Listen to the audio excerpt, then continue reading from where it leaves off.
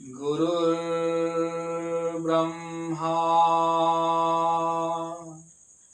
गुरुर्विष्णु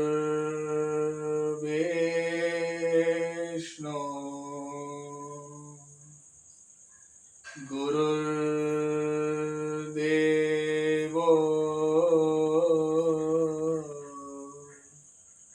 महेश्वरः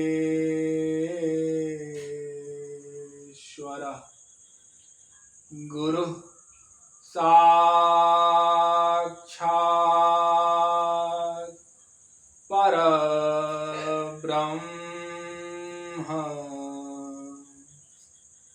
तस्मै श्री गुरवे नमः। नमः कमलना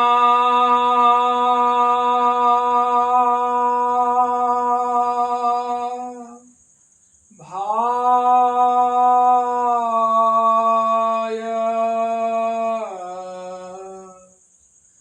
नमः कमलमा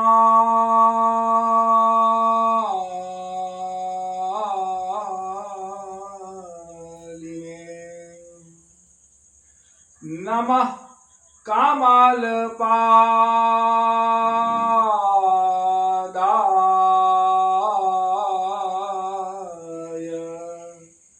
नमस्ते कमलेक्षण यो ब्रह्माणं विदधाति पूर्वं यो वै वेदांश्च प्रहिणोति तस्मै ताहं देवमात्मबुद्धि प्रकाशं मुमुक्षुर्वै शरणमहं प्रपद्ये।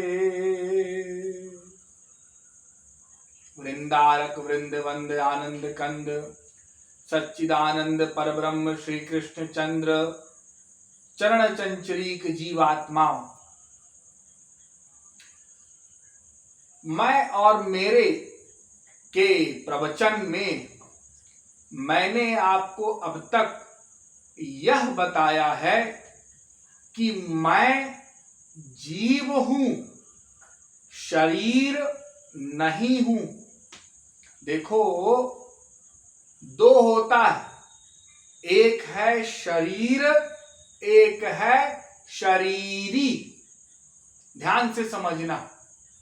एक तो देह है जो स्थूल है, भाई ये जो दिखाई पड़ रहा है हमारी आंखों से, और एक जो दिखाई नहीं पड़ रहा लेकिन वो है, उसको कहते हैं जीव।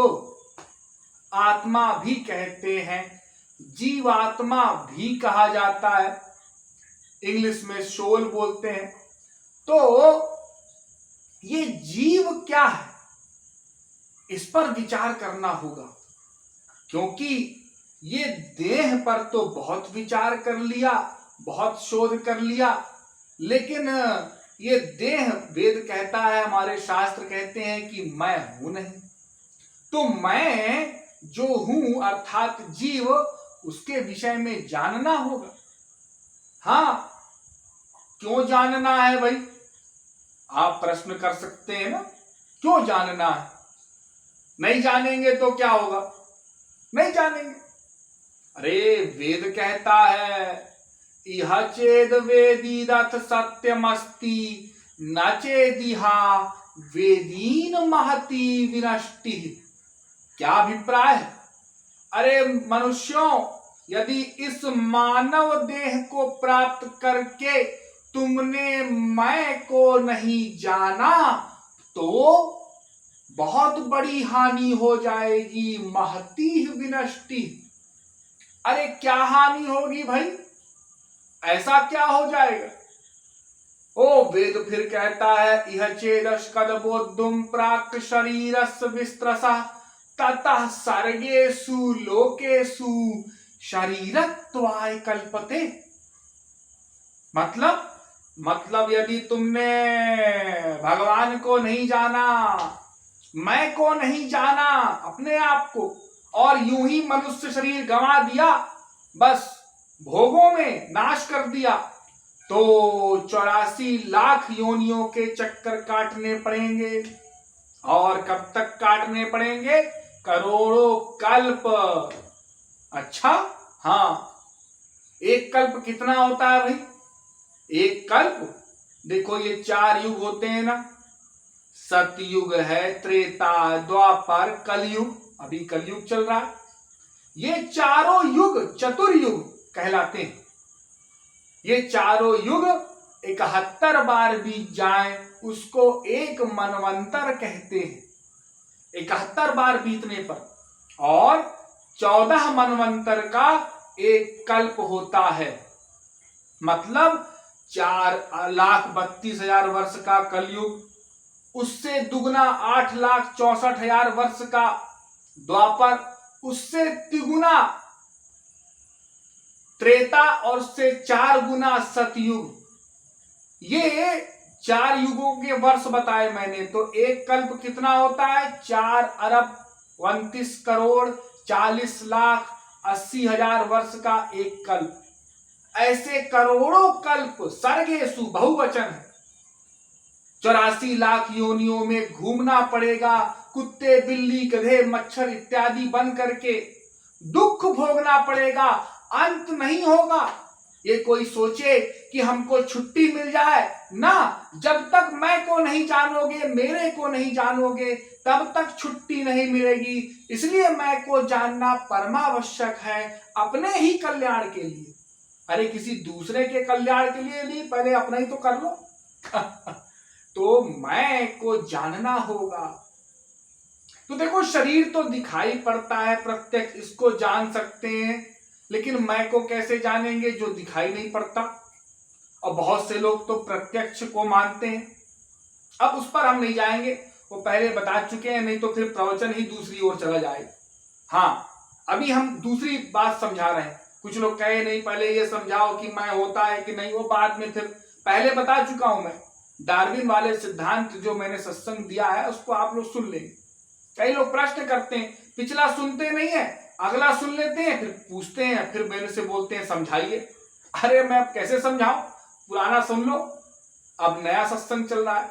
तो मैं नाम का तत्व जीव तत्व है। संक्षेप में मैंने बताया, जीवात्मा, आत्मा कहते हैं इसको। चिन्ह मात्रम श्री हरेरंसम सूक्ष्म अक्षरम अव्ययम। देखो, ये भगवान का अंश है एक तो, हाँ, श्री कृष्ण का अंश है। श्री कृष्ण ने गीता में भी कहा, ममैवांशो जीव लोके जीव भूता सनातना।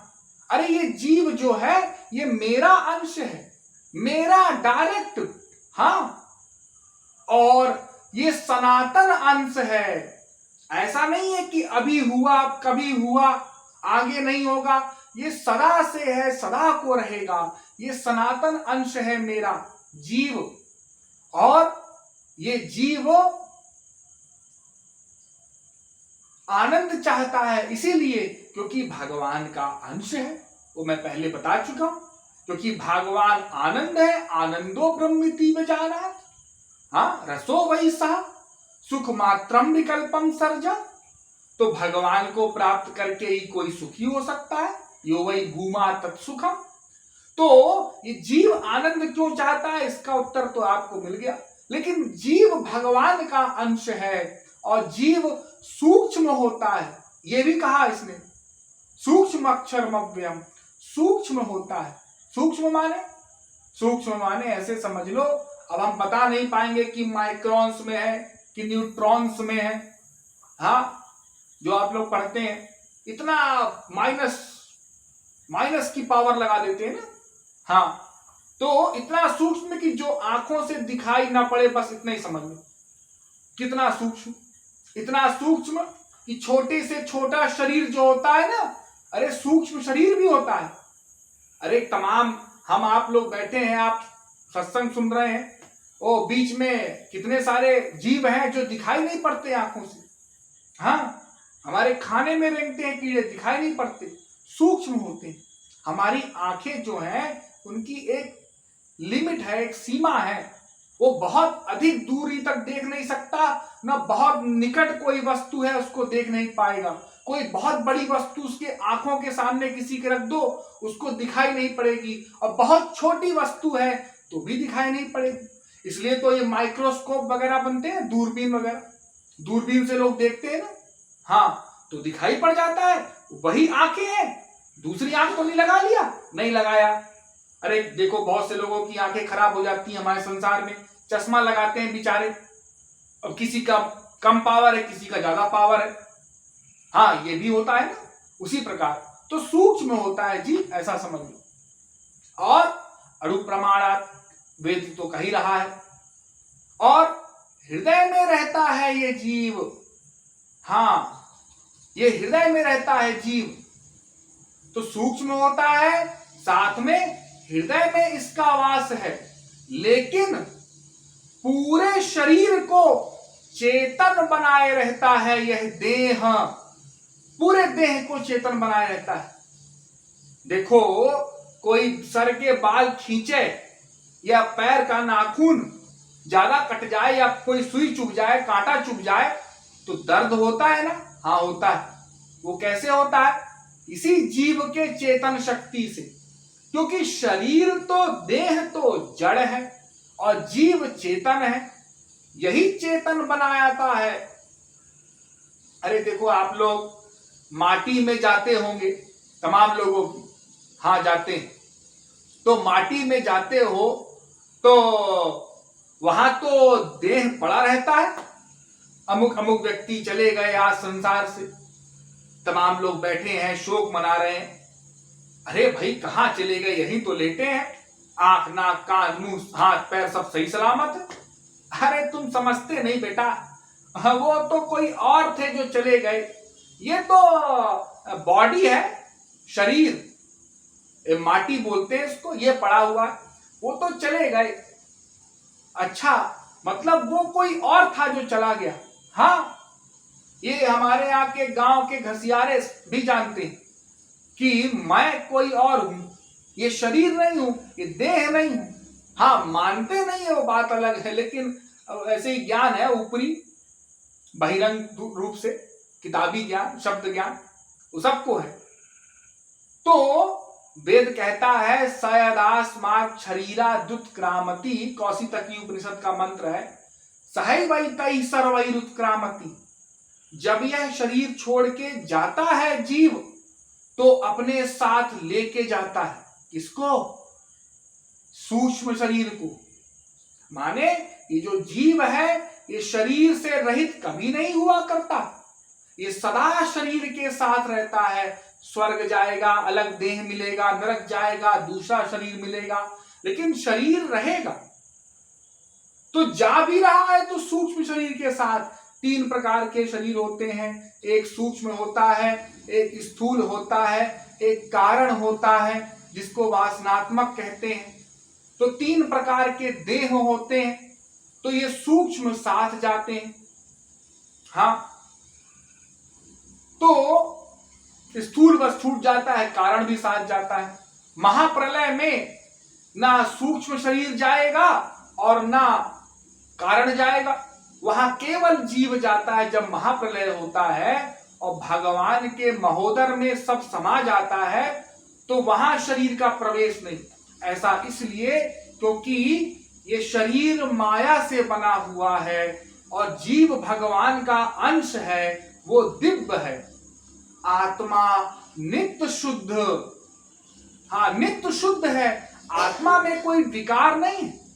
हाँ, अविक्रिय सदिग हेतुर्व्यापको संग ज्ञानावृता, ये आत्मा नित्य शुद्ध है, इसमें किसी प्रकार का दोष या विकार नहीं हुआ करता। ये शरीर में होता है, मन में होता है, ये मन माया का पुत्र है, आत्मा में नहीं होता। तो माया परैत अभिमुखे च विलज्यमाना मायाम विदस्य चिच्छक्त्या कैवल्ये स्थित आत्मनि। तो माया भगवान के सामने खड़ी नहीं रह सकती, इसलिए ये जो माया रूपी सूक्ष्म शरीर है वो महाप्रलय में भगवान के अंदर नहीं जाता और केवल जीव जाता है। इसलिए जब दोबारा जन्म मिलता है किसी जीव को, उसके पुराने कर्म के अनुसार दूसरा शरीर दे दिया जाता है, वही शरीर लेके नहीं आता, सूक्ष्म शरीर मिलेगा, फिर कारण मिलेगा। भाई कारण तो छूट ही गया। तो देखो मैं बता रहा था आप लोगों को कि ये जो जीव है ये शरीर से, बॉडी से अलग है। पहले तो इतना समझो बस, ABCD का ज्ञान। और मैं आपको और सरल बुद्धि में समझाता हूं, गधे की अकल से।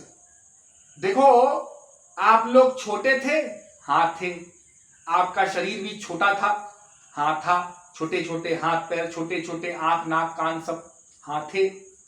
उस समय भी ये फीलिंग थी, अनुभव था कि मैं हूं, हाँ मैं की फीलिंग थी। हाँ आप 2 साल 4 साल बड़े हुए, शरीर आपका बड़ा हुआ, लेकिन आपका अनुभव वही है कि जो मैं छोटा था अभी भी वही हूं।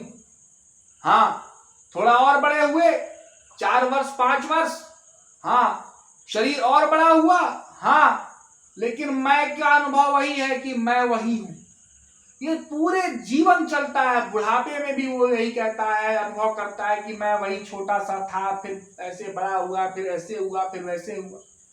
तो मैं का अनुभव नहीं बदलता। ये शरीर यद्यपि बड़ा होता जाता है, दुगुना चौगुना 6 गुना 8 गुना 10 गुना ये बड़ा होता जाता है, लेकिन मैं ये नहीं कहता कि मैं अब बड़ा हो गया, मैं जैसे पहले था वैसा नहीं हूं, ऐसा अनुभव में नहीं आता।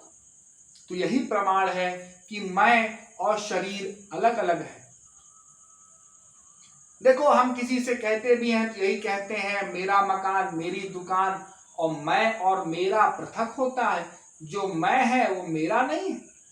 जैसे मैं मकान नहीं हूं, हाँ मैं दुकान नहीं हूं, मैं मेज नहीं हूं, मैं कंप्यूटर नहीं हूं, उसी प्रकार मैं यह भी संबोधित करता हूं कि मेरा शरीर, मेरा हाथ, मेरा कान, मेरा शरीर दर्द कर रहा है, मेरे पैर में दर्द है, तो मैं शरीर नहीं हूं, यह सिद्ध हो गया। संक्षेप में मैंने आपको समझाया, डिटेल में तो समझाते रहेंगे वेदों से। तो वेद कहते हैं कि मैं जीव हूं, शरीर से पृथक हूं, और मैं भगवान का अंश हूं। इसलिए भगवान की प्राप्ति हमको करनी होगी। जैसे देखो पृथ्वी का ढेला, माटी, कोई ले एक पत्थर छोटा सा और उसको ऊपर की ओर उछाले, फेंके आकाश की ओर, वो कुछ दूर जाने के पश्चात नीचे को आएगा। क्यों? क्योंकि वह पृथ्वी का अंश है, इसलिए पृथ्वी में मिल जाना चाहता है। उसी प्रकार मैं भगवान का अंश हूं, भगवान से मिल जाना चाहता हूं, भगवान का आनंद चाहता हूं, इसलिए भगवान को प्राप्त करना आवश्यक है। संसार को प्राप्त करके मैं का आनंद नहीं मिलेगा, वास्तविक आनंद। तो वास्तविक आनंद नहीं मिलेगा तो दुख बना रहेगा, अतृप्ति रहेगी, अशांति रहेगी, ये जीवन पर्यंत बना रहेगा। और देखो ये तौलिया है छोटा सा, इसको मैं छोड़ूंगा तो ये नीचे आएगा। क्यों? क्योंकि यह पृथ्वी का अंश है। हाँ नदियां स्वतः समुद्र की ओर जाती हैं क्योंकि समुद्र का अंश है। अग्नि की लौ सूर्य की ओर जाती है क्योंकि वह सूर्य का अंश है। उसी प्रकार मैं भगवान का अंश हूं, श्री कृष्ण का अंश हूं, तो भगवान से प्रेम करता हूं। रामायण में वाल्मीकि जी ने बड़ा सुंदर कहा, लोके नहीं सविद्येत यो न राम मनुव्रता। अर्थात विश्व में ऐसा कोई नहीं जो राम का भक्त ना हो, उनका दास ना हो। ऐसा क्यों कहा? ऐसा इसलिए कहा क्योंकि देखो सब आनंद चाहते हैं। कोई नास्तिक भी हो, अपने आप को घोर नास्तिक कहता हो कि मैं भगवान नहीं मानता, उससे एक प्रश्न कीजिए, क्या आप आनंद चाहते हैं? हाँ मैं आनंद तो चाहता हूं। अपना ही चाहते हो ना? हाँ अपना ही चाहता हूं। तो फिर तुम भगवान को चाहते हो? अरे नहीं नहीं मैं भगवान को नहीं चाहता। अरे ये तो वैसे ही हुआ जैसे कोई पानी चाहे और वाटर न चाहे। जानता ही नहीं है कि पानी कोई वाटर कहते हैं, नीर कहते हैं, जल कहते हैं, जानता ही नहीं बेचारा। हाँ, ये तो उसी प्रकार से अज्ञानता हुई। अरे वही आनंद तो भगवान है, तुमको नहीं पता? अरे हमको नहीं पता, वेद में लिखा है, शास्त्र में लिखा है, आनंदो ब्रह्मिति जानात। तो सुखाय कर्माणि करोति लोको न तई सुखम वान्यदुपारमम् वा सुखाय दुख मोक्षाय कुर्वाते दंपति क्रिया। सुखाय दुख मोक्षाय संकल्प इह कर्मिणा। प्रत्येक जीव सुख प्राप्ति के लिए और दुखों से निवृत्ति के लिए ही प्रत्येक कर्म कर रहा है, करेगा, पहले भी कर चुका है।